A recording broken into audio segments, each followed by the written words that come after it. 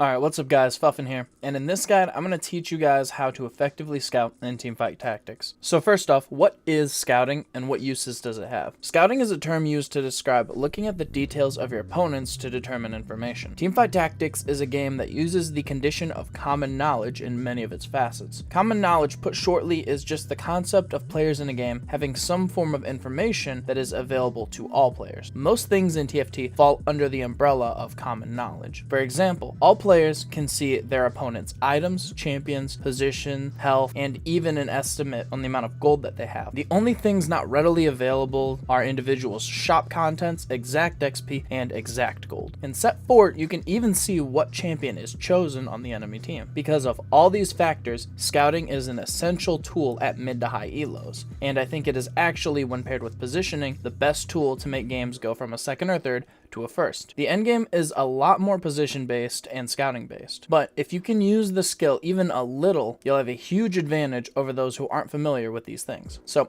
I'm going to help you guys improve scouting by going over everything involving it, so I hope you enjoy. First, I'm going to talk about how to scout properly. So in your settings, there are actually keybinds found here to move from player to player and a key to immediately go back to your board. This can help you seamlessly flow through players instead of the second way to scout, which is clicking on either the little legend's portrait or the boards on the minimap. I almost always default to using keys when scouting, but if people ping a board on the map, you can always click that to check information, or if you need to see details of a specific person, you can click on their little legend icon. In essence, because your turns in TFT will consist of buying, selling, rolling champions, leveling, positioning, and scouting, you obviously can't fit all this in 20 seconds or so. So you need to optimize how you do it. When scouting, you can do two different things. You have your slow scout and your fast scout. In slow scouting, you are taking way more time to view more information about fewer opponents. And in fast scouting, you're only looking at a few factors for many or all of your opponents. Now, you will use both of these in your game, but at different times and for different reasons. First up, I'll tackle slow scouting because it'll help you understand what to look for more carefully. So when you begin learning how to scout, all scouting will be slow scouting. This is because you have to train your brain to recognize new information. If you're not used to scouting, maybe you aren't looking for these variables, so you're gonna have to get used to it. When slow scouting, you can click through or use the keybinds to cycle through players, taking a few seconds to analyze what their situation is. When slow scouting, ideally, you're going to be looking at the traits first, then the champions, then the positioning. You want to see if you can beat this opponent, so you need to analyze where their power lies. Now, if you have time, you may be able to see what items are equipped, but focusing on too much information won't allow you to have enough time for looking at a second or a third opponent. Remember, you also need to position and use your shop during the planning phase. Slow scouting is great for mid and later stages of the game when you don't have 7 opponents to worry about. I personally don't like slow scouting in the early game unless it's after a fast scout to get a reason for an opponent's action. But to get to that, I'm going to have to go over fast scouting. Fast scouting is the act of only focusing on a small factor for many or all opponents. The way to fast scout is to lock your eyes on one spot of the screen and cycle through keybinds in rapid succession. You can see me doing this in a lot of my games to gain a massive amount of information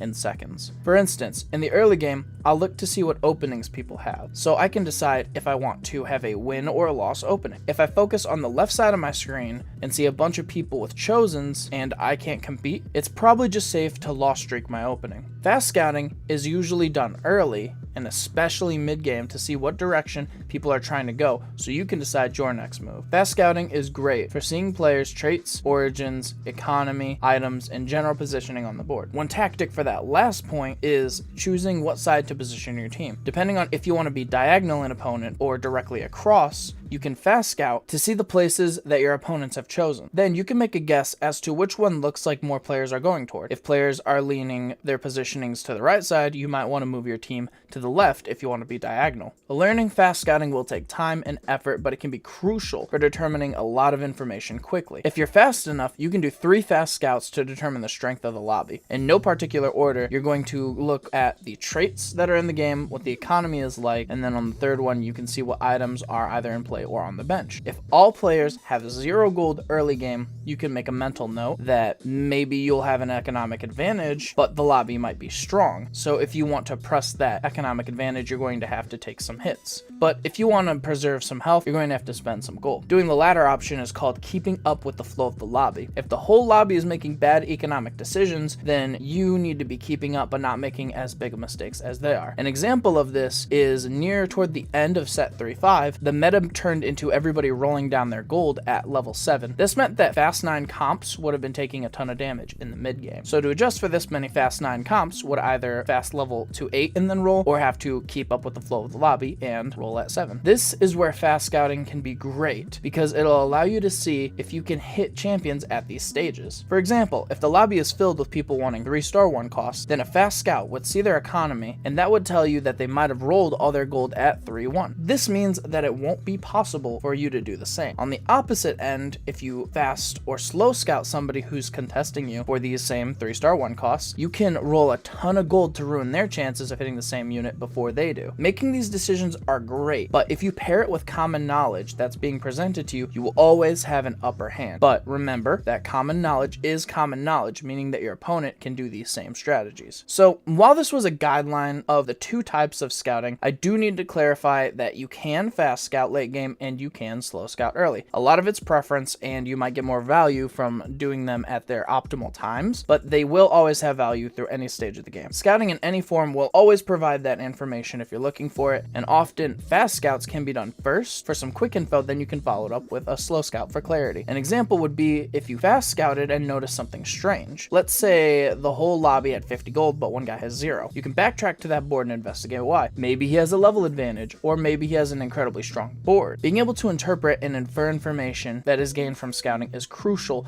to scouting itself. The way to think of scouting is like a tool. It can do its job, but only if you know how to use it. Anyway, that should be it. I want to thank you guys so much for watching, and if you have any comments, questions, or requests, be sure to leave them in the comments below, and like always, I'll catch you guys later. Peace.